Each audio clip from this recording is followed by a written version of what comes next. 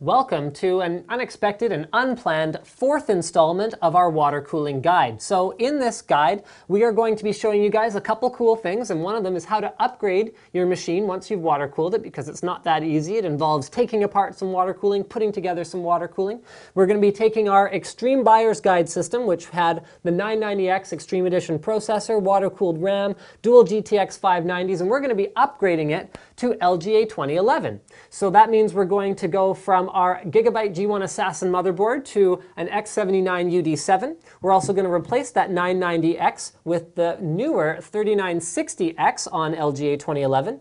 We're going to be changing over our water block because since we built this system, Swiftech has actually upgraded their flagship water block to the Apogee XT, and we've actually got one of the limited edition gold-plated ones here, although those are only going to be available for a little while. Finally, we're going to be adding, because the memory slots are separated on this motherboard, we're going to be adding another copperhead block for the other bank of memory modules.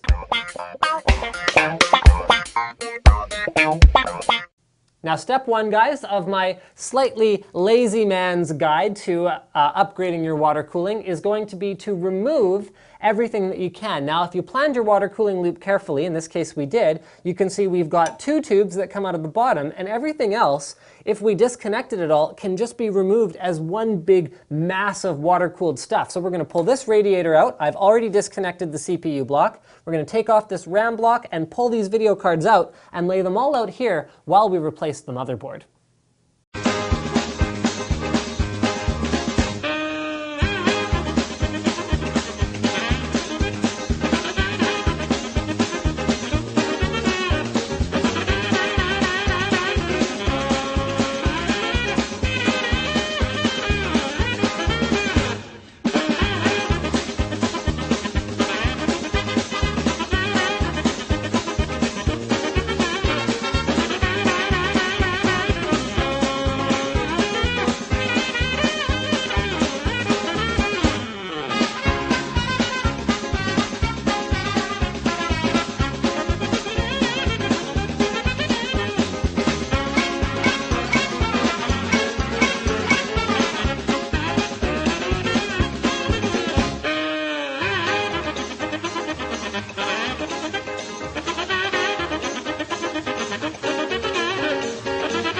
For the next step, guys, now we need to disconnect the motherboard from all the power and data cables that it's connected to and pull our original motherboard, the G1 Assassin, out of the case so that we can replace it with the X79 UD7.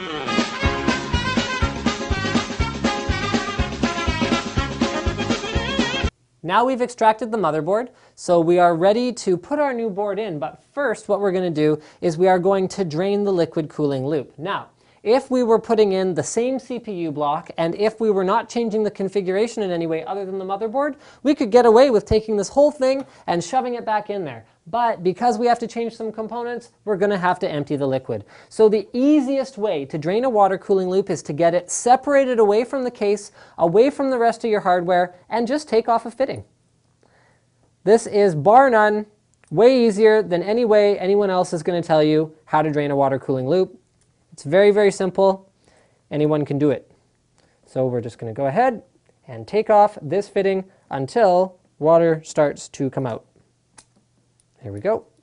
Compression fitting, undoing, and ready, and here we go. So you can see not a whole lot of water comes out. So what we're going to have to do in order to make sure that all of the components that we're changing are empty is we're going to take one end of that tubing and just blow on it a little bit.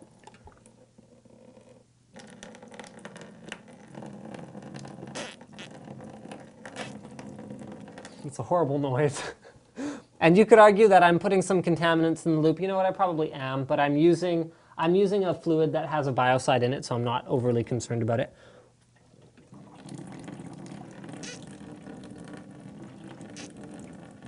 Also, I probably shouldn't have to say this, but please don't drink water cooling fluid. It's bad for you. Okay, so now we can do a quick sort of sanity check here. And yeah, sanity, you won't find much of that on this show.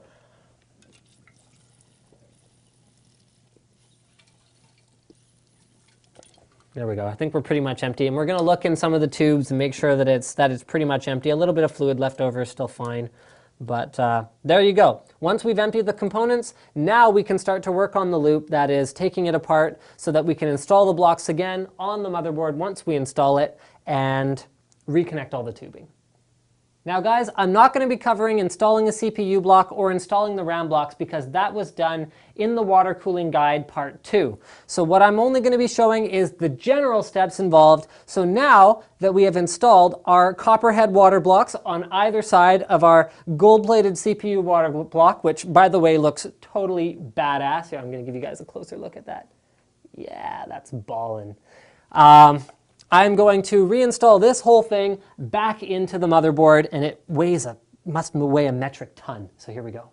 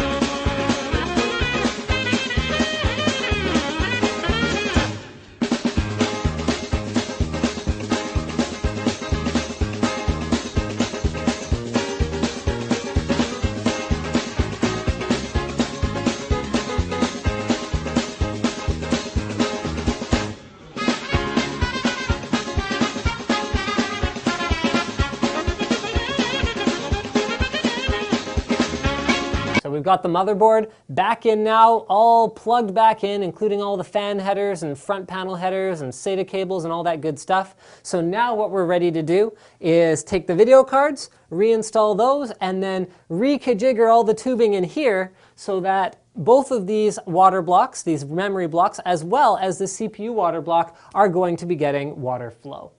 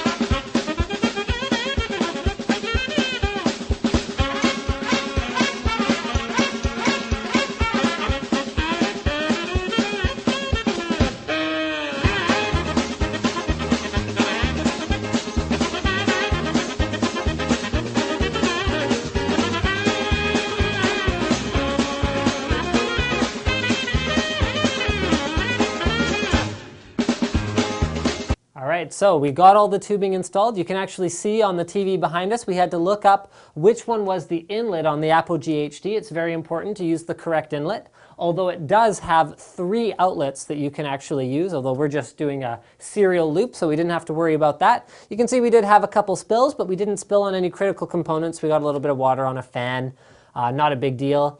And if we had drained our loop more thoroughly, we could have avoided that for sure. So what we're going to do now is we're going to refill the system before we do a couple glamour shots for you guys. If you need to know how to refill a loop, you should probably refer back to part 3 of the water cooling guide for specific instructions. And here it is. The system is booted up. So I have shown you through the magic of time lapse how to do a motherboard swap or a CPU upgrade or pretty much any kind of basic upgrade on a water-cooled system. So you drain the system partially, as much as you have to. You take apart whatever you need to, you reinstall all the blocks, then you reconnect the tubing, and actually filling and bleeding the system took almost no time at all because remember, there's still components in the system such as the radiator and the reservoir that are completely full of water. So we're doing a lot less filling than we had to do. In fact, I only had to put in this much to refill it, whereas when we filled the original loop, we used this much of a bottle. So there. All right, I'm actually going to put this down. I'm going to walk around. I'm going to turn off some of the lights in here so you guys can check out, or actually maybe do a couple lights on shots. You know, kind of Slick's going to use his camera artistry to show our upgraded TJ11. So this is now a computer that I'd feel a lot better calling an ultimate water-cooled machine because we're using socket LGA 2011 with the new Intel Extreme Edition. We've got dual banks of quad-channel water-cooled memory going on in here with our GTX 590s, our Gigabyte X79 UD7. We've still got that HCP 1200 Antec 80 plus gold power supply down there, which is one of the finest power supplies out there. It's only rated for 1200 watts, but it's been seen doing significantly more than that. So I'm going to grab the lights now and give you guys a bit of a lights off look at it. And yes, it is actually my job to build systems like this and then show them off. There we go. How's that looking? Ah, the TV. The TV's got to go. Got to go, Mr. TV. Maybe not available. There we go. Now how we looking? There we go. Pretty sweet, hey guys? So there's our memory block. There's our CPU block. Other more different memory block. Got our dual GTX 590 classified EVGA video cards, and I think we're pretty much done here. So thank you for checking out this extreme edition of NCIX Tech Tips. Don't forget to subscribe for more videos from your favorite e-tailer, NCIX.com. Spooky vision.